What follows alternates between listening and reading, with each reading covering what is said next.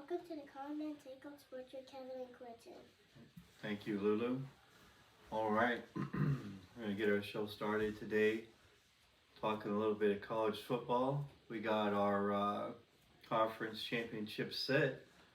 There's one actually playing right now, Oregon and Washington, and it ain't looking good for Oregon currently. It's 20-3 in favor of Washington, with about a minute and a half left in the first quarter, or second quarter, sorry, before half. So ain't looking too good for Oregon, is it? Yeah, I mean, I watched this game from the beginning, and what I saw was that Oregon's offense wasn't really getting going. You know, Bo Nix had a tough time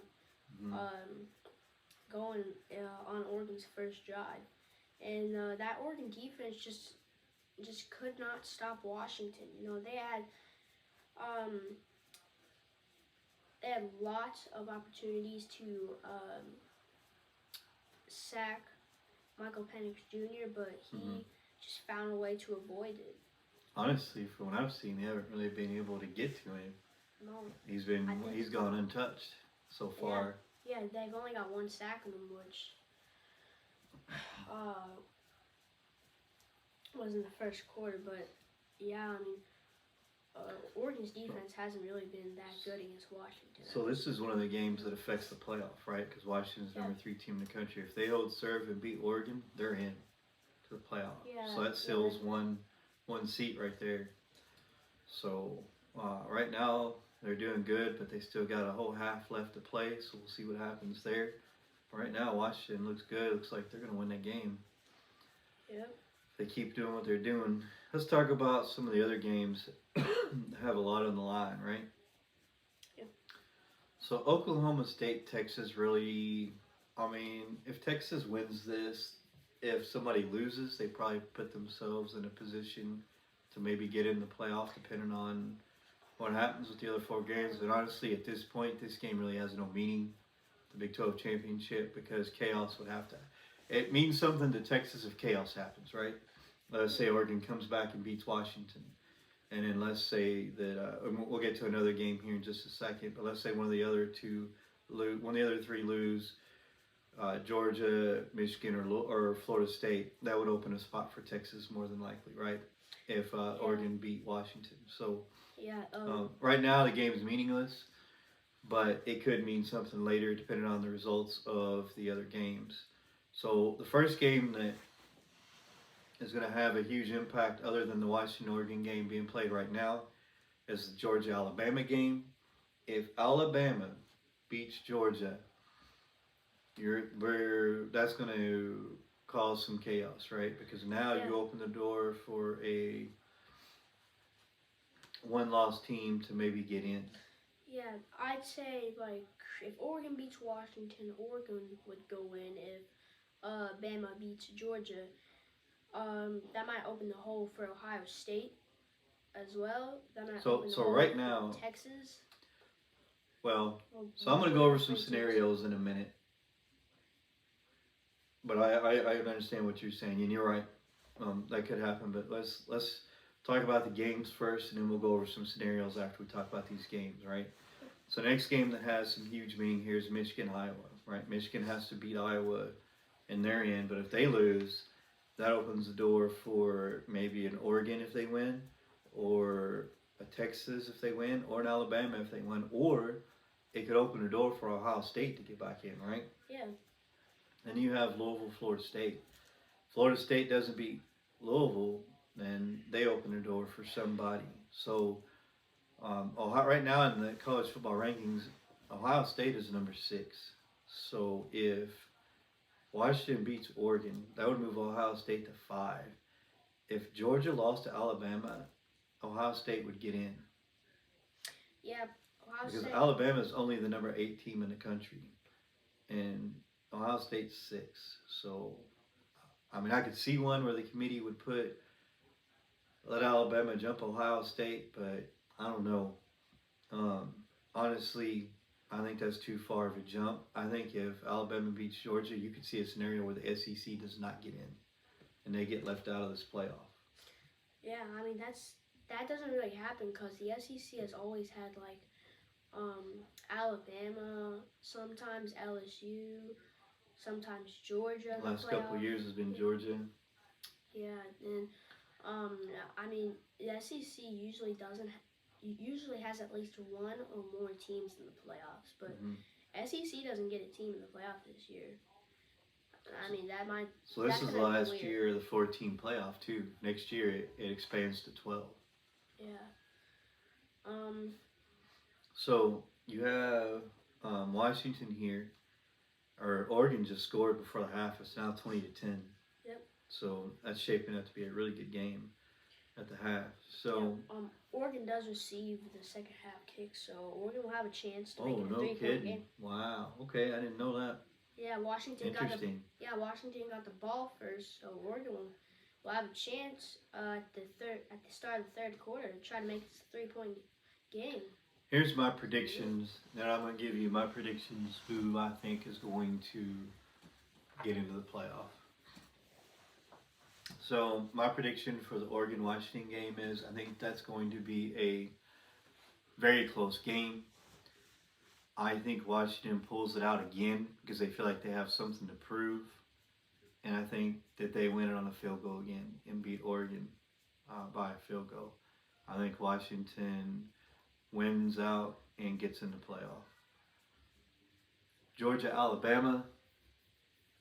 I think this is going to be more competitive than people think it is, but I think that I like Carson Beck more than I do Joe Milroe as far as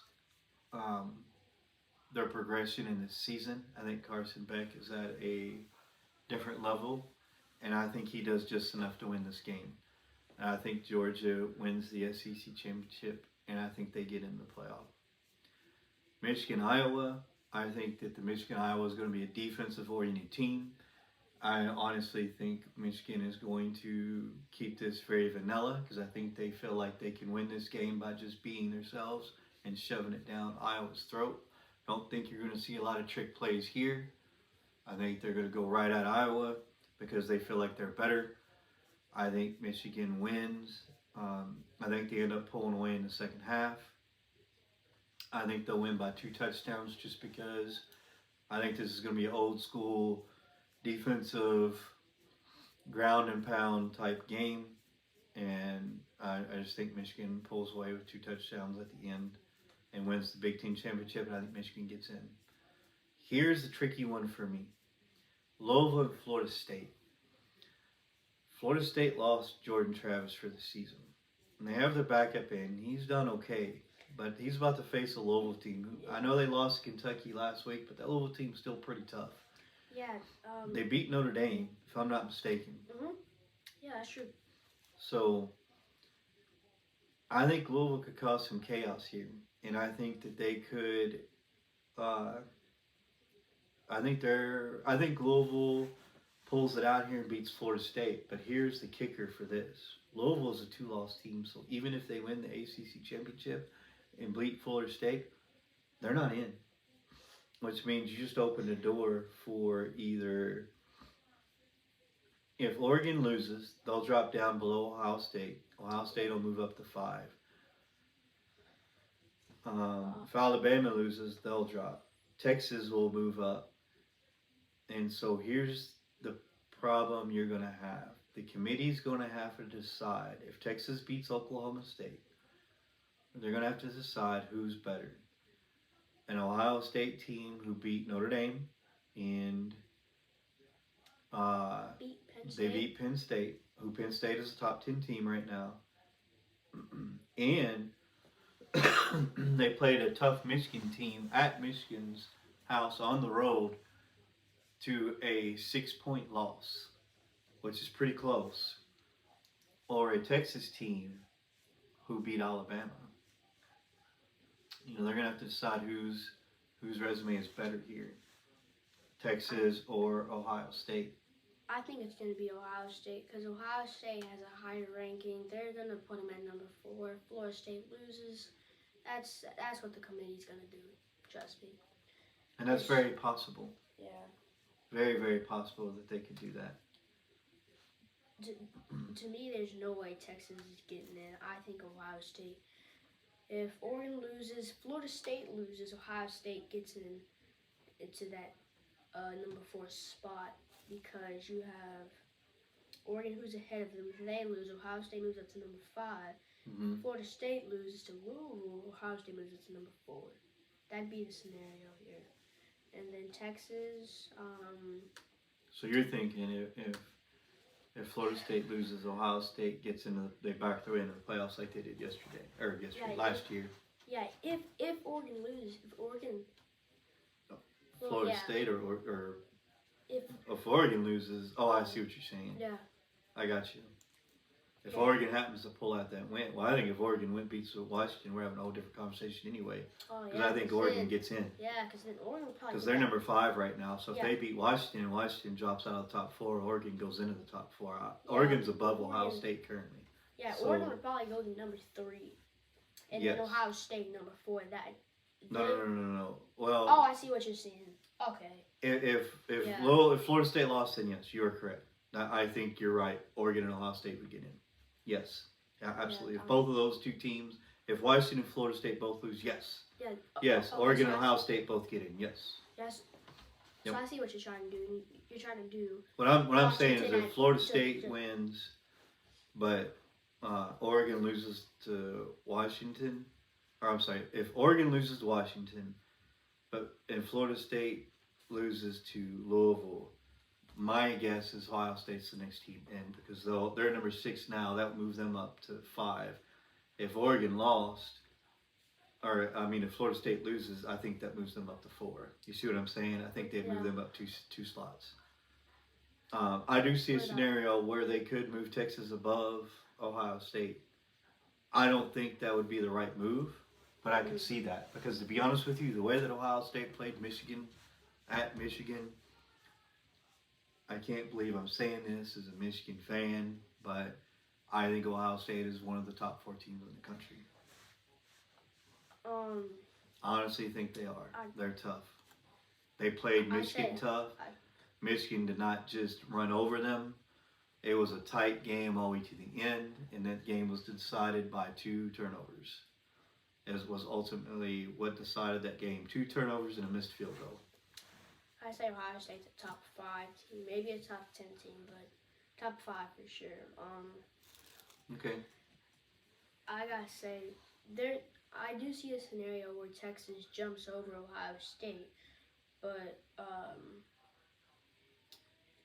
there's for me, I don't think that'd be the right move. I agree with you. I don't think that'd be the right move for the committee to do that because you got Texas at number 7, Ohio State number 6. If Oregon loses and Florida State loses, Ohio State number 4. Washington will probably drop down to number 5. Texas go up to number 6, and then the rest just might change a little bit. I don't think the rest will change that much. But Yeah, I agree with you. Those are the 4 games that matter the most, though, is Oregon, Washington, Oklahoma State and Texas, Georgia, Alabama, Michigan, Iowa, and Louisville and Florida State. My favorite game out of all these would be, you're probably going to be surprised, but I think it's going to be Florida State and Louisville for me. I agree. I think it's going to be a really good game. Yeah, because you see, Florida State doesn't have Jordan Travis. And, well, on our last episode, remember, before the season. I told you that game they played against Florida, they really stepped up. Like Florida got on them quick. And their backup quarterback wasn't really clicking with the starting wide receivers or the offensive line. But once he got in rhythm with them, it was lights out after that. Like he was all over it. They played really tough. So I think Florida State has a chance to beat Louisville and get in. Absolutely. And I agree with you. I think it's going to be a really good game. I think it's going to come down to the last possession. So yeah, absolutely. I think you're right. It's going to be a really good game. Yeah, but my take for Florida State Louisville, I think Louisville's gonna win.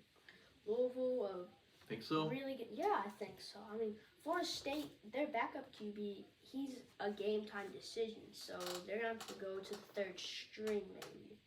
So that's Wait, gonna, what now? Say it again. Florida State's backup QB is a game time decision. He is? Did Yeah. he get hurt in the last game? I have no idea. I don't think he did. Are you sure? Because Florida Yeah, I'm State's sure. favored by 1.5. Yeah, I'm sure. Really? Yeah, he's a game time decision. Okay. That changes things if he ain't playing. You're right. Yeah, But the backup QB, that definitely changes things. yeah.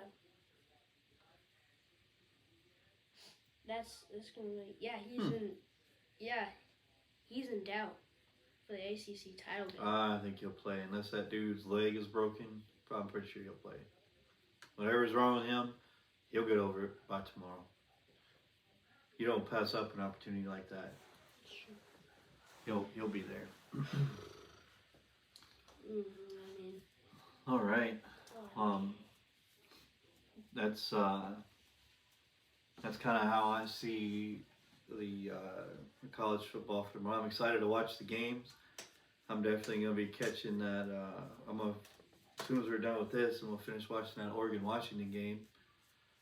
I'm definitely gonna check in on that Oklahoma State-Texas game. I'm gonna check in on that Alabama-Georgia game. And then, unfortunately for Louisville, Florida State, I'll be watching my nightcap with Michigan, Iowa, for obvious reasons. We'll be watching that one, but I'll probably check in on the Louisville, Florida State game as I can. But definitely watching my boys take on Iowa. Hope they don't overlook Iowa. That's the biggest thing that I can see happening to them in that game is just overlooking Iowa. Because Iowa is a team that you do not want to take lightly. They have a great defense. I know they're missing their best defensive player in Cooper DeJean, but they're still stacked on that defense. Those players play tough. They play with a lot of heart and a lot of grit, which is a testament to that Iowa team and the way that they are, the culture that they have, and their defensive coordinator. He is definitely one of the best defense coordinators in the land. He always is. He always has that Iowa defense top notch, top 10 in the country. Matter of fact, I believe they are the number 1 defense in the country, if I'm not mistaken. well, yeah, they are the number 1 defense, but their offense is just terrible. It is, but so that's how they win games. Their defense stifles other teams' offenses, and then they're opportunistic on defense. That's how they win games. Then they give their offense short field, and they play the punting game. They play field position, right? They punt it, and their punter is outstanding. I actually saw a stat. Their punter has like 3,800 yards punting, and their offense has a total of 3,000 yards. So their punter actually has more punting yards than their offense does, which is crazy. But they're 10-2, and that's how they win games. They play field position, and eventually they wear down the other team, and they either get a punt return or a kick return for a touchdown, and they win the game. That is how they win games. That is the Iowa way. I just want to tell you that their games, total points, that they average in games is like 17 points per game. That's what I'm saying. They For the win. last 7 games. They win off of that defense. It's not the offense. It's the defense. They win with defense. Why- That's the way why- they've always been under Kirk Ferentz. They've never really been an offensive juggernaut. They've always been, defense. Why, last 7 games, teams have been averaging like 15 points per game. Mm-hmm. That's my guess. But I'm checking the last 7 games here. Iowa's defense has been great. Like, they only allowed 6 points against Wisconsin. That's what I'm saying. I'm telling you, they win with defense. And then they, again, as they wear you down, a punt return or a kick return, or they get a short field and they punch it in with the run. Like, that's how they've been winning games. At the end of the game, fourth quarter, they wear you down with their defense, and they get a special teams play, or they get a short field where they score a touchdown and they win the game. That's how they've been winning games. So what what I would say is the way that Michigan wins that game is they get on them fast. They get a couple of maybe explosive plays where they can get behind the defense and score. And if you bury them, they're not a team. The way that they play, by playing that tough, grinded out defense and scoring on a special team here or a short field, if you bury them, they're not a team that's built to come back from a deficit, especially not a large one. So if you go up 21-0 or 21-3, you're going to win that game. That's all you need. Iowa will not catch you at that point. That's how you beat them. You have to get on them fast and bury them in points, because they're not built to come back. The total punt yards Iowa has this season is 3,803. I told you. I told you. And they have more punt yards than offensive yards. Then they have 2,968 offensive yards. I told you. Yards of the season. I told They you. have like almost 1,000 more punt yards than I told you. offensive yards. That's how they win games, is with defense. And they play field position. They literally play field position, old school field position. Yeah. That's how they win. Yep, That is the like Iowa way, sir. That's why when Cade McNamara did that interview and said, oh yeah, Kirk Ferentz told me that, they're going to open up the offense for me and blah, blah, blah. I'm like, have you seen Iowa on offense? They do not play a spread. They do not open it up. They're old school, pound, pound, pound. And there's nothing wrong with this. But pound that ball, pound that ball, pound that ball, field position. And then they get a special teams, or they wear you down so much that your defensive line starts giving and they get a rushing touchdown or something of that nature, right? Or they get a short pass for a touchdown. That's how they win games. They wear you down. That's always been the Iowa way. And as long as Kirk Ferentz, the most tenured coach in the Big Ten, is at Iowa, that's the way that they will be. I don't care who he gets in as an offensive coordinator. That is his way. And that's how he wins games. And there's nothing wrong with that, because they're traditionally a 10-win team, 8 to 10 win team. It works for them. That's true. Last time Iowa played Michigan in the Big Ten championship game, I believe they were. Yeah, Michigan buried them fast, Yeah. and they're not a team that's built to come back. So once Michigan started burying them, they couldn't do anything because they're not an explosive team. They don't get explosive plays on the field, right? That's what I'm saying. Like, they don't have a wide open offense. So if you get on them fast and bury them in points, you're going to win that game, because there's no way they'll catch up to you. I'm pretty sure that Michigan was 11-1 then, and Iowa was like 10-2. That is So, true, yeah. yes. Last year, I forgot Iowa's record, but yeah, Pretty sure they won 8 or 9 games. yeah, I think they won like 10 that season. Mhm. But yeah, they've been more of a 10-9, 8-win team because of their defense and their offense. Mhm. He pound the ball downfield, and their special teams this season has just been great. Yep. Especially the punting. Like how many punt yards they put up. So it's a field position. He plays the field position game. That's what Kirk Ferentz does. He plays the old school field position game. He moves the ball the best he can. He gets, 4th and short, and then he'll punt it. He'll punt it and pin you back like at the 20 or the 10, inside that line, and then he lets his defense pin its ears back. And he trusts his defense to hold you. So I want to transition over to the NBA here for a few minutes. So I want to talk about the Orlando Magic. They are now on a 9-game win streak, which is the best active win streak in the NBA currently. They just won their 9th game tonight against the Wizards. They are now 14-5. Right now, the Orlando Magic, if they continue to play the way they're playing, they're going to be one of the best teams in the East. Right now, they are. Yeah. Franz Wagner and Paolo Banchero have really blossomed, but their teammates have stepped up this year. Jalen Suggs has stepped up. He's looked a lot better. The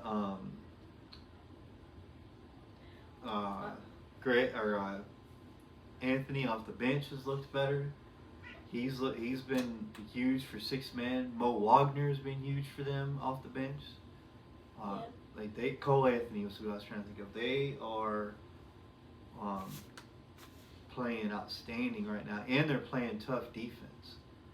They're really playing a tough defense. So they're playing both ends of the floor. Orlando looks really, really good right now. They're a really good story in the NBA this year. So tonight, Franz Wagner had 31 points, 8 assists, 7 rebounds, and Banchero had 28 points, 7 assists, 13 rebounds. Suggs had 15 points, and then Mo Wagner had 18 off the bench. Gary Harris had 8. Cole Anthony had a down night tonight. He had 4 off the bench, but I mean, man, their bench. Joe Ingles had 14 points off the bench and 7 assists. Man, they're really stepping up. Their bench is stepping up. Orlando's good. They're gonna surprise some people this year. Yeah, I just wanna say that Franz Wagner has had 30 points or more in the last 3 games he's played. It's the Hornets, the Wizards, and then tonight the Wizards again. Very nice. He's averaging 20.2 points per game, 5.6 rebounds, and 3.2 I mean, if I'm not mistaken, they're number 2 right now in the East, only behind Boston by 1 game. Boston's 14-4. The Magic are now 13-5. The Milwaukee Bucks are right behind them at 13-6. The Sixers are 12-6. They're about to be 12-7 here in a few minutes because Boston is beating them currently. The Knicks are 11-7 and the Heat are 11-8. So, Orlando Magic are one of the top teams in the East. Who saw that coming, right? Who saw the Magic being one of the top teams in the East? I mean, no one. Probably no one. That's crazy, man. Yeah. But they look good. They look real good. Yeah, they do look really good. The other team I want to call it is Minnesota Timberwolves, right? They got Rudy Gobert in that trade. And they already had Towns and Edwards. Man, they're 14-4 right now, and they're leading the West. They're going to be a problem in the West and a good team in the playoffs. Then you have the defending champ Nuggets at 13-6. The Thunder at 12-6. The Thunder have been killing it. The Mavericks at 11-6. The Suns at 11-7. The Kings at 10-7. The Lakers 11-9, and the Pelicans at 10-9. That's some pretty good teams there. It looks NBA's starting to shape up. They're in full swing now. But man, the Orlando Magic and the Minnesota Timberwolves are surprising some people right now, and both of them are going to be a problem. Matter of fact, the Timberwolves have the same record as the Celtics, so those are the top 2 teams in the NBA right now, with the Magic right behind them. Yeah. I mean, that's with the second best record in the league. You got the Celtics and the Timberwolves who are tied for the best record in the NBA, with the Magic tied for the Magic in second place at 13-5, and everybody else is behind them. So that's pretty awesome right there for those 2 teams. Yeah, I agree. I mean, no one really expected the Magic to be number 2 in the Eastern Conference and be on a 9-game winning streak, and they're 9-1 in their last 10. They've been 9-1 in their last 10. Yeah, no, that's yeah. You ain't lying. I know. 9-1 in their last 10. If you would have asked me at the beginning of the year if I thought the Magic would have the second best record in the league, I would have said no way. They might be a playoff team. Ain't no way they have the second best record. Man, they have the second best record in the NBA right now. Yeah. That's crazy, man. Mhm. And the Timberwolves, if you asked me if I thought they'd have the best record in the West a quarter of the way through the season, I'd have told you no. But they do. So, interesting. A lot of shake up there. Yeah, that's kind of interesting for me.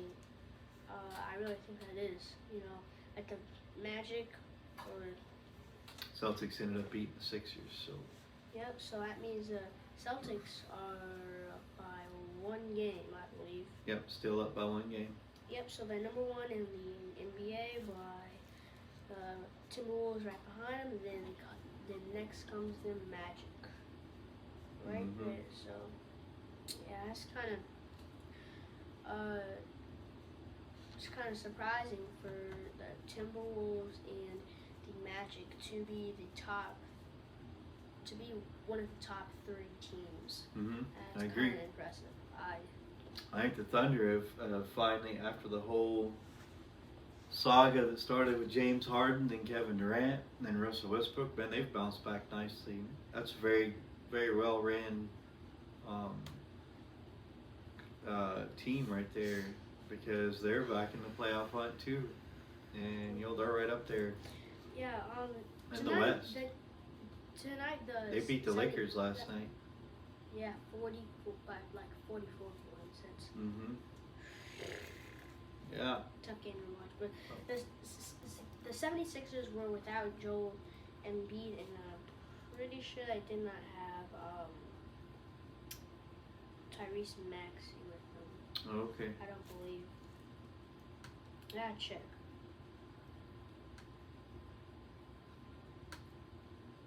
Nope. You were correct. Yeah, they did not have Tyrese Maxey or Joel Embiid. So That makes a difference then. yeah, so I thought the Celtics would beat them, but I didn't think that the 76ers would really fight back hard without their 2 star players. Yeah, I mean, Boston only won. Like 6 points. Yeah. Philadelphia fought back harder. Boston just fought back harder. Yeah, Celtics only won 125 to 119. So yeah. Yeah, it was a close game. Milwaukee doing. I'm sorry. I'm looking at the matchup for the Magic. I am fascinated by the Orlando Magic right now. They shot 51% from the field, 38 from 3-point land, 78 from the free throw line. I mean, man, you gotta give it to them. They're playing pretty tough right now. I hope they keep it up. I'd like to see them back in the playoffs.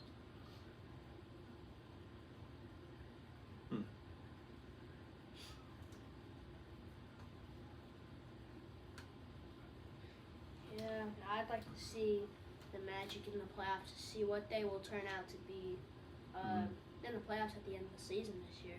Yep. But anything could happen. The Magic could lose and not get into the playoffs. They could have a losing record at the end of the season, or they could have a winning record. I mean, right now it looks like they're gonna have a winning record. They're really good. Yep. They're like unstoppable right now. I mean, the Celtics can't beat them. The Milwaukee Bucks can't beat them. Have the Magic even played the 76ers this season? I'm not sure who they've played. You'd have to look at their schedule. See who they played. No, they beat the Lakers. Yep. They beat the Bucks.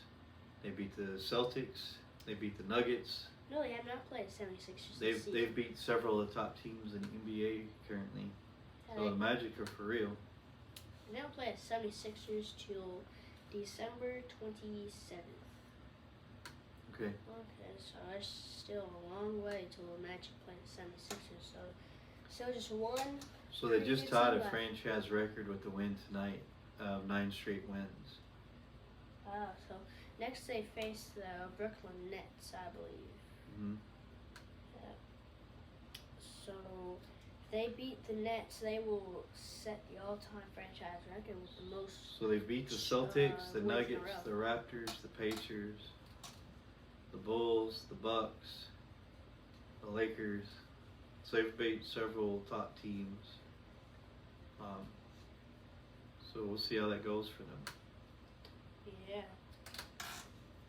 Looks like Magic can be really good in the playoffs if they make the playoffs. Yeah, Boston's looking pretty good. Yeah. Nuggets are still in there. I know that they've been missing Jamal Murray. Let's see if he's back. Yeah, they've been missing him for a little bit now. I have not really checked his status though. No, he's still out with his injury. That's not good. Hmm. Let me see. All right. Yep, he's got an ankle injury thing. I mean, he's been out for a little bit, you know. Yeah, he has. With his time out, he's only averaged 16.3 points per game, 3 rebounds per game, and 7.3 assists per game. Okay. I mean, not 7. Yeah, 7.3 assists. So with his time off, his points per game, his stats have been dropping down. So hope he's back for the Nuggets. I want to see the Nuggets play with Jamal Murray against the Magic with Jamal Murray. So yeah. All right, that'll do it for our show for today. I thank you guys for listening. We hope you subscribe and follow. We appreciate everybody who listens to our show. We hope you continue to come back and listen. Again, if you don't like podcasts, you can catch us over at YouTube. We have our own YouTube channel where we post all our episodes called The Common Man's Take on Sports.